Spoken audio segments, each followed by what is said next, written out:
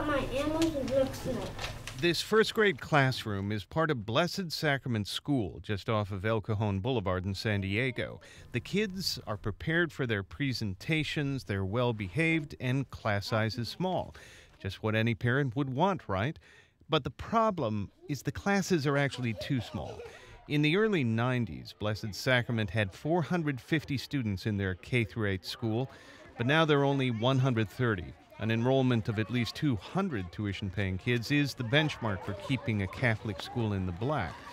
But new principal Ann Egan, who was brought in to turn the school around, says she's looking at the bright side. I don't have a concern that Blessed Sacrament will have to close. With the number of students in our enrollment now, we're only going up.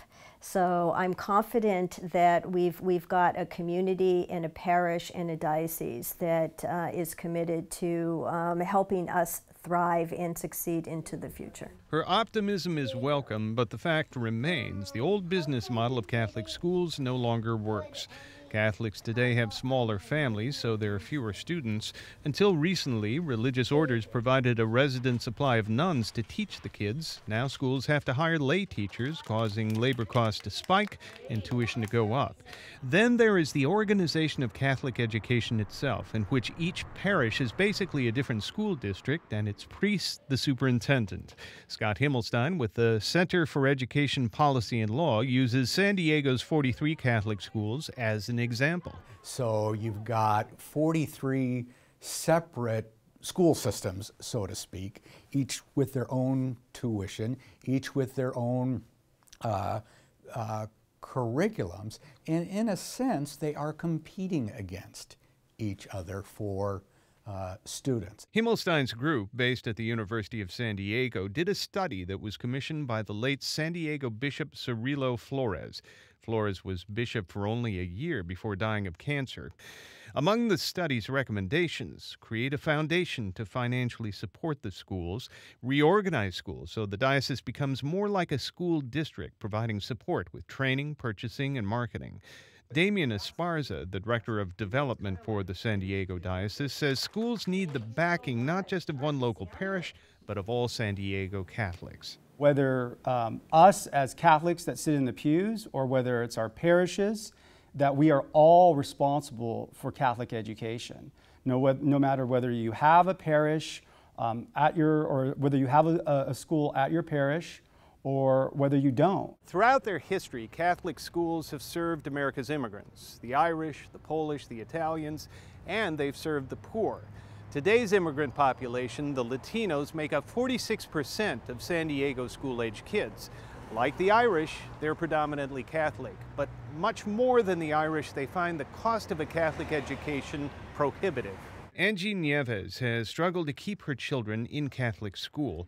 Now she sends 3 of her 6 kids, including her daughter Victoria, to St. Patrick's School in North Park.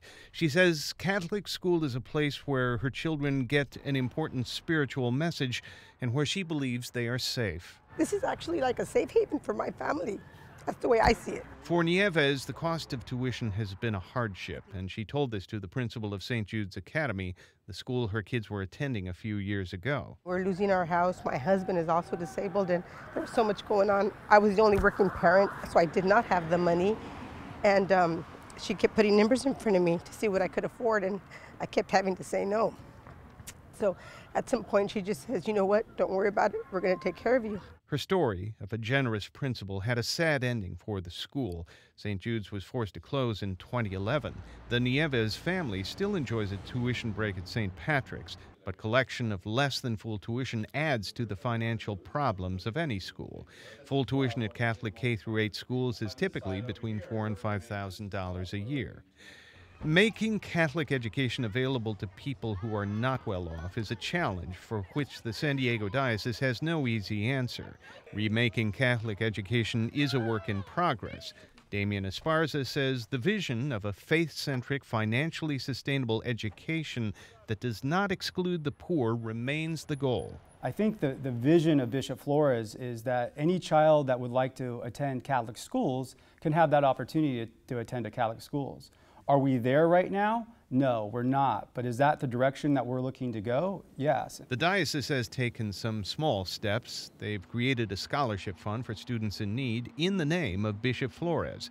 Blessed Sacrament has joined a partnership of other Catholic schools to combine resources and buy materials. But times are hard and money is tight.